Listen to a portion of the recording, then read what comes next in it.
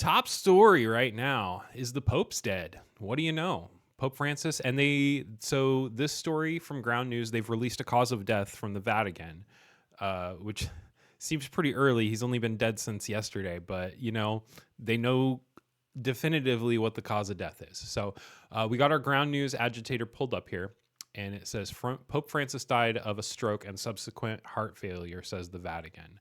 I've already got all the articles that we're going to read pulled up. This one I've got is coming from the Post Bulletin. So we will find the Post Bulletin over here. I think I was looking for a centered.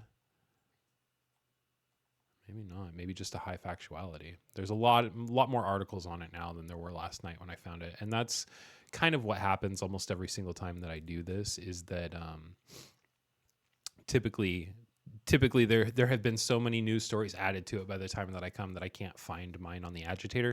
But I usually pick a center leaning high factuality source. So, and Ground News gives you all of that information. It'll tell you your bias distribution versus the right versus the left, like how much each person's reporting on it, who owns the reporting source, and then also the factuality rating, which I have noticed personally on Ground News. It seems that the more left leaning a source is, the more factual it's considered by Ground News. So, but we will go to the Post Bulletin here, and let's read this article about Pope Francis died of a stroke, irreversible heart failure, the Vatican says. Pope Francis, the first Latin American leader of the Roman Catholic Church, died on Monday after suffering a stroke and cardiac arrest, the Vatican said. So we did get a pope from America, just not up north like we would hope. I'm just kidding. Dear brothers and sisters, it is with a profound sadness that I must announce the death of our Holy Father, Francis. Cardinal Kevin Farrell announced on the Vatican TV channel. At 7:35 GMT this morning, Bishop of Rome Francis returned to the house of our Father. Francis died of a stroke and irreversible cardiovascular arrest. Vatican doctor Andrea Arcagelli said in the death certificate, which was released by the Vatican. It added that the Pope had fallen into a coma before he died. So, I mean, this doesn't come as a surprise to anybody. The Pope was old. He was 88. He was in frail health. He had been hospitalized for weeks before this happened. I remember seeing conspiracy theories like weeks ago that the Pope was already dead. So you're going to have that crowd come out and say, oh, see, they had to kill him, or they had to say that he was dead because he was actually dead before, or something stupid like that. But besides his recent lung infection, Francis had also suffered high blood pressure and diabetes. Well, yeah, the dude was like almost 100 years old. Vatican spokesperson said that the Pope's coffin might be moved to St. Peter's Basilica as early as Wednesday morning to allow the faithful to pay their respects. No date has yet been given for the funeral, but the Vatican said it would normally be expected to take place sometime between Friday and Sunday. A group of cardinals are due to meet on Tuesday and could set a timetable for the funeral then.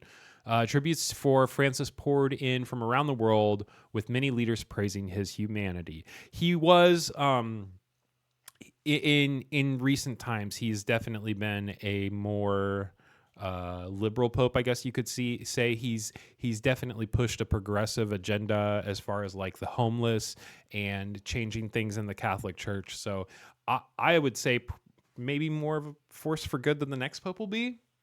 Who knows? The Pope of the poor has left us. The Pope of the marginalized, said George Garcia Cuerva. Sorry, I'm terrible with names. U.S. President Donald Trump said he would attend the ceremony, ooh, hooray, which was expected to draw dozens of other world leaders to Rome.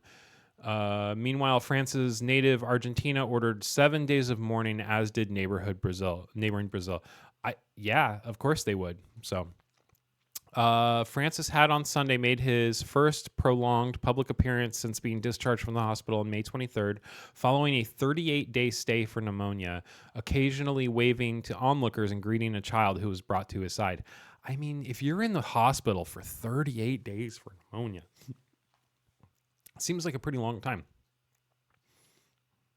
In an Easter Sunday message read aloud by an aide as the Pope looked on from the main balcony of St. Peter's Basilica, The pontiff had reiterated his call for an immediate ceasefire in Gaza, a conflict he had long railed against. Man, it sucks. The people, the leaders that are doing good are dying or being voted out, and we're left with this just authoritarianism shit. So.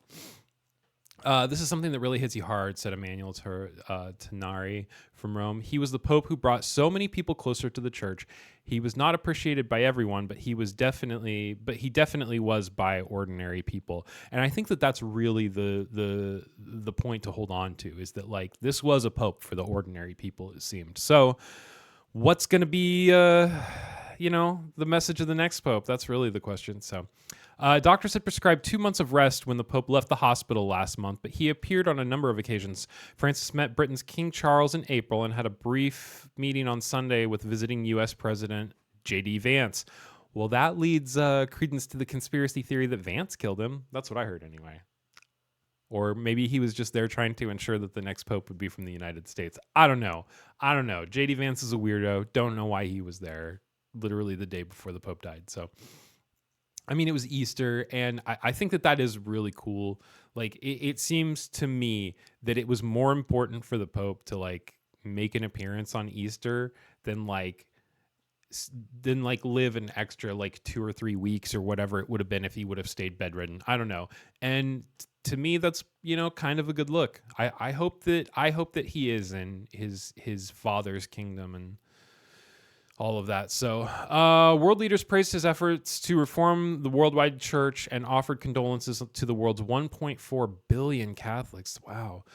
He was a good man, worked hard. He loved the world, said U.S. He was a good man. He worked hard. He loved the world, said U.S. President Donald Trump, whom the Pope had criticized in the past, especially for his hard line on immigration. Yeah. Italian Prime Minister Giorgia Meloni. Man, I'm so terrible at names. I'm sorry. Mourned the departure of a great man, a great shepherd. The outspoken president of Argentina, Javier Milei, had clashed with the Pope in the past, branding him at one point the devil's representative on earth. That's pretty good. But he changed his tune after taking office in 2023 and mourned his death on Monday.